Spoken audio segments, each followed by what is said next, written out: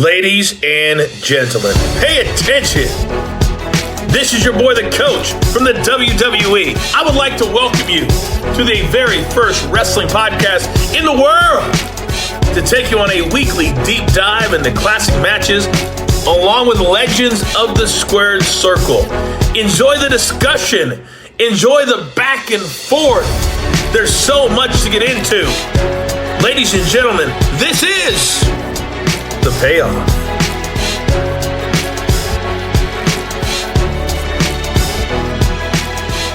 Welcome to an all-new episode of The Payoff. I'm Tom. That's Jeff. Going back 26 years to Kane versus X-Pac. But first, Jeff, how the hell are you doing? I'm doing pretty good.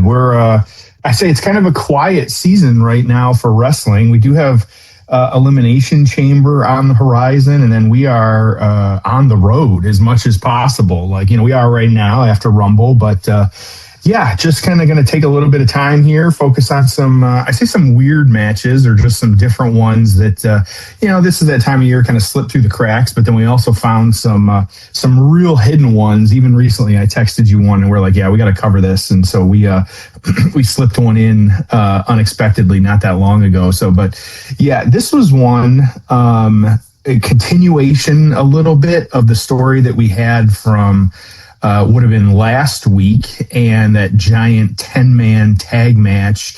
It feels weird that X-Pac just being one part of it, but that's why this one kind of fell in. I was like, you know what, we haven't talked X-Pac in a while. Kane was such a cool character. He was legitimately terrifying when he debuted, and so that was kind of cool to see. So, no other reason to cover this one other than just kind of continuing the story and kind of just a fun match. Not going to be a 5-star, but still fun for what it was in 2000. This was an exciting one. Good, man. Yeah, I'm pumped to cover it. So let's get right into the build. Oh, it's time for the build. No Way Out 2000. We're in Hartford, Connecticut, of course, at the Hartford Civic Center. 12,500 in attendance. A buy rate of 480,000. So pretty big number, man. This was kind of the tail end of the product being very, very hot. We start off with Kurt Angle defeating Chris Jericho to win the Intercontinental title. Chris Jericho at the time was accompanied by Chyna. The Dudley Boys are going to they're going to win the tag team titles by defeating the New Age Outlaws in 5 minutes. Mark Henry is going to defeat Viscera in 3 minutes. Edge and Christian are going to defeat the Hardy Boys to become the number one contenders for the WWF Tag Team Championships. Taz is going to beat the Big Boss Man in 47 seconds by DQ. Then we have the match we're covering. Then Too Cool is going to defeat the Radicals in 12 minutes in a 6-man tag match. The Big Show is going to defeat The Rock to become the number one contender at WrestleMania 2000. Of course, we know that's not how it would shake out. And then in our main event, Triple H is going to defeat Cactus Jack in a Hell in the Cell title versus career match in 24 minutes, which of course was a fun, classic, great match. Yes. All right. So how do we get to Kane versus X-Pac? Yeah, so this one, like you said, it's interesting in how this card kind of played out because just a week prior, week and a half prior, you had we covered last week, this weird kind of giant 10-man tag match with the Radicals, with Mick Foley, with all kinds of these people that it made no sense for them to be together. But then when you get to this card, it makes total sense because, like you said, you had that 6-man tag with most of the same people. You have this match happening, but you actually have to go back a little bit further, actually late 1999, while this No Way Out taking place in late February of 2000. Like I said, we're going back late 1999. You had X-Pac actually allying himself with Kane is, X-Pac being a part of DX. And so, but because the Kane kind of, the character and where he was at that time, kind of portraying him as like vulnerable, like trying to look for a group, like, kind of wanting that acceptance at that point. So it's really, and we didn't necessarily know where this was heading when this was happening, but X-Pac really manipulating Kane, wanted him to remove the mask, wanted him to, quote, be normal. So then you get that Armageddon in mid-December 1999. You have Kane removing the mask, of course, the classic shot after losing the bout to Triple H. They frame it as, you can't go back on this. It's humiliating. Like it was, part of who he was and he no longer is. But X-Pac still at this point, like showing that he's being supportive, wants to be loyal to both DX and Kane. So we get into January, just a month prior to this one. This is when Kane starts to question everything. And so you have DX using Kane as kind of the muscle of the group, but also disrespecting him through that, really kind of turning Kane from this like kind of terrifying heel or just monster into a little bit more of a face, like for the crowd to kind of get them to react, to start cheering him. And so working toward that, but then finally just, week 2 prior to this, that February, you had DX turning on Kane. You had X-Pac mocking him because now he doesn't have his mask. We have the whole backstory and the fire and all that other stuff. And so, X-Pac telling him that he was never DX, he'll never be DX. And then because of that, though, and the connection they had, that's when Kane, snapped. That's when Kane, this was the rivalry that they were going to have. So they've been setting it up for the better part of a couple months, which is interesting. So this was rather not about, no titles or anything like that. It's more about like him getting revenge on X-Pac versus, I say, like the redemption angle. Like he wanted to kick the crap out of X-Pac, and that's what it boiled down to. All right. I'm looking forward to covering this one. Are you ready? Should be fun. Quick one. Yeah, I'm excited. All right. So Kane's about to come out. The timestamps, as we've talked about on Netflix, is kind of weird. It's about the 1 hour, 13 minute mark, but the timestamp is that there's an hour and 23 left in the show. Jeff, are you ready? Let's do it. All right. It's time for the payoff. Oh, it's time for the payoff.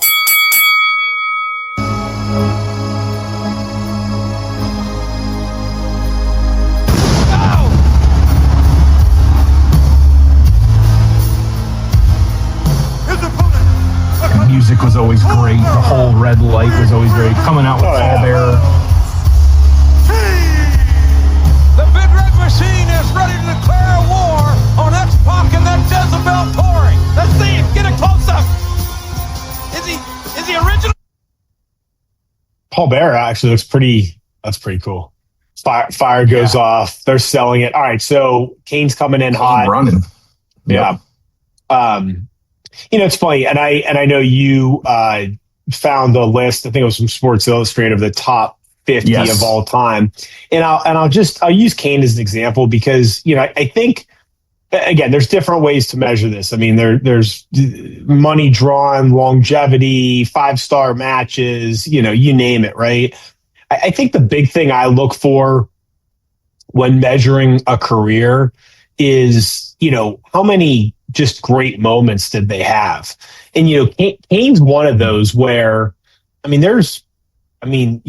talk about an iconic debut and the Inferno match and, Brothers of Destruction and the whole unmasking and the time he set JR on fire. And, there's a lot of, there are a lot of really great iconic moments. I feel like he may have maybe even a little bit of an underrated career when you really look at how many pretty killer things that he did. Yeah, absolutely. This is what you think back. and there's a Hell in a Cell match later, so they're using the cell up at the top of the ramp at this point. Yeah, of course the unmasking is like iconic. Like, but there is a lot. I'm looking at a quick list here, which I forgot about this. The Shane McMahon Kane feud in 2003. They had an ambulance match actually at Survivor Series.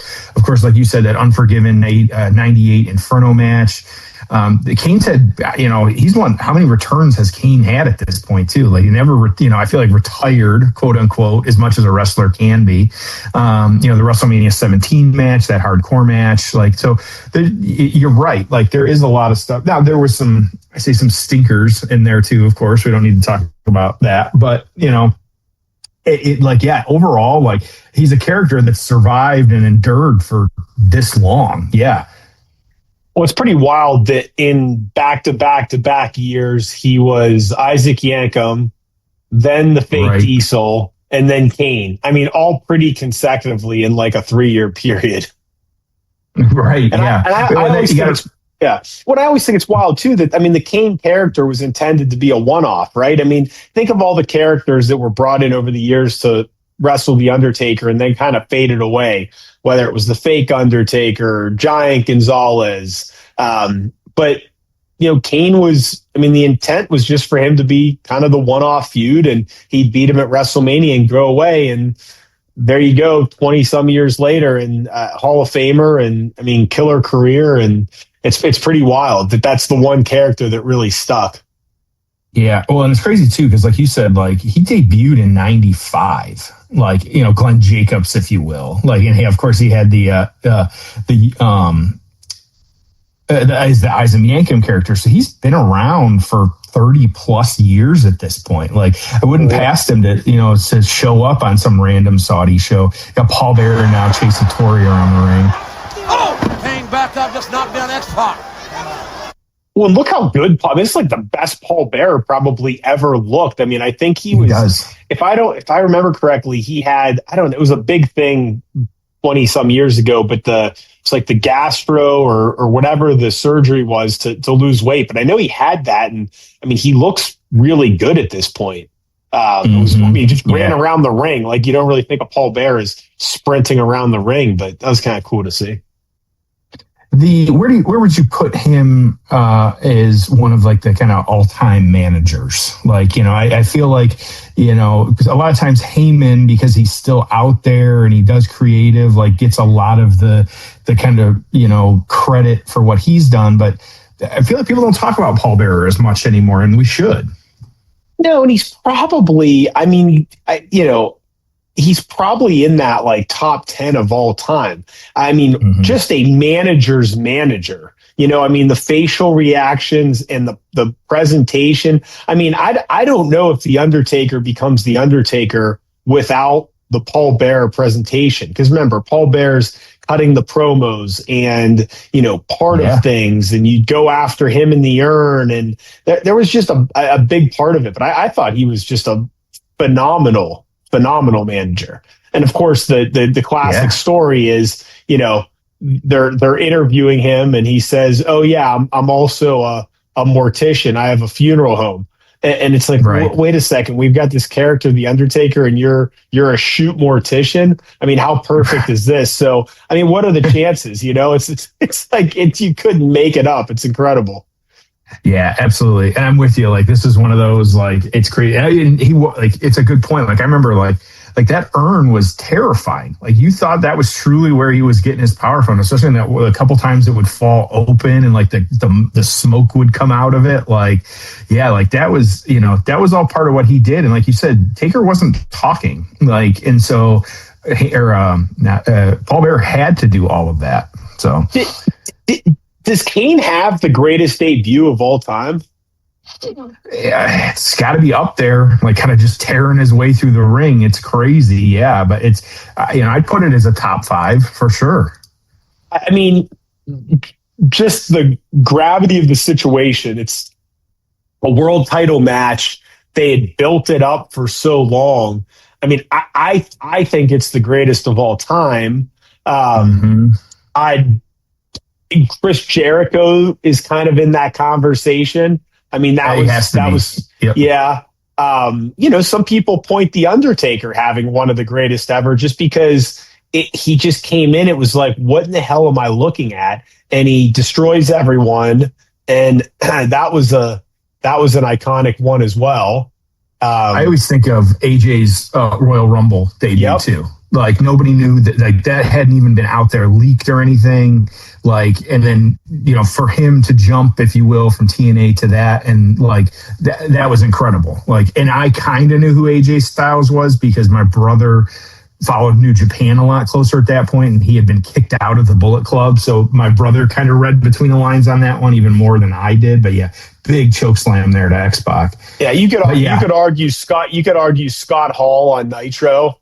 Right. I thought Sting's when he came out at Survivor Series, I thought that was one of the best ever.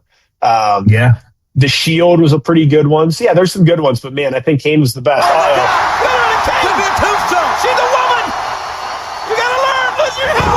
Oh boy! Tombstone Tori gave it to her. Gave her the business. Yep. Hit it hard too. Paul Bearer laid out. Now Tori's laid out. He's sick. Tori just got dropped on her head. Oh boy! His brain is fried. The ring steps are in the room.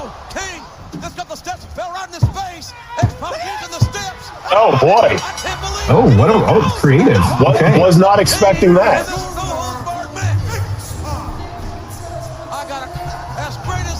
So using after Kane's got the steps over his head, X-Pac kicks him and the steps fall backwards with Kane onto his face, and X-Pac hits the 1, 2, 3. Okay, wasn't expecting that. Interesting and creative. Yeah. All right, let's get to the aftermath. Right. Ho! It's time for the aftermath. What'd you think? Yeah, fine. Nothing, nothing earth shattering. I know they, this is playing the feud and all that other stuff, but it was more about, securing Kane as the kind of baby face more than anything, but still really good. It's always tough having baby faces be big. Mm-hmm. Guys like him, you feel like that's why I think The Undertaker was it was amazing what he was able to do as like a big baby face, because I feel like that's just such a tough spot. Like, how do you get people to, part of the reason why I don't know if Kevin Nash necessarily worked out well as champion when he was a baby face in WWE is Diesel, because it's like Shawn Michaels is the bad guy, but he's the small guy. It doesn't make any sense, right? Shouldn't the small guy be the baby face? Shouldn't the big guy be the one that's, beating him up the whole match? It's just, it's a tough thing from a psychology standpoint. So, Kane as a baby face is just a little odd to me versus, the dastardly heel. Right. Yeah, absolutely. Yeah. And this was one where, so like I said, this kind of really turned Kane babyface. He didn't have to worry about DX. He was separate from The Undertaker at this point and became a crowd favorite. And so he moved up, kind of not to the top card, but, upper mid card. He was in there kind of doing the babyface programs for a while. He would have feuds with DX and Triple H kind of throughout this, but it like I said, it secured him as that top kind of attraction. Like, he was really cool to see at this point. So X-Pac just secured him as the heel, though. Like, that was what they wanted, and that's what they got. But he's still with DX, still with Triple H, and getting into that. And so, yeah, just it definitely accomplished its goal. While the in-ring wasn't phenomenal, that actually did have a creative finish, I thought, and it achieved exactly what they wanted it to achieve. So that says a lot. So 2000 PWI, Kane was 34, X-Pac was 65.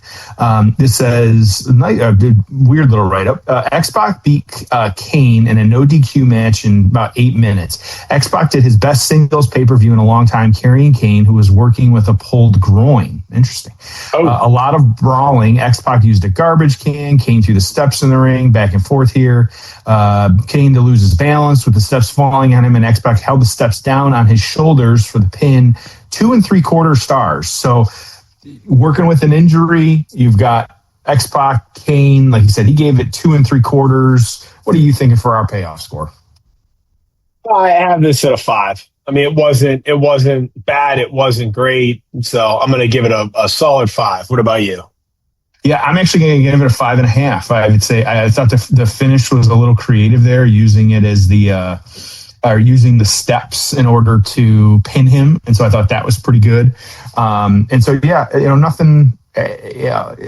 Don't need to go out of your way to watch this one, but it was still a fun match.